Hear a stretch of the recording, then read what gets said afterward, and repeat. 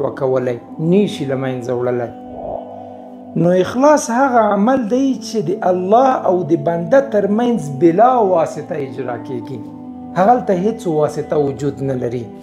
د هغه اجر هم مستقیم الله لیکي، د هغه دفاع هم مستقیم الله کوي.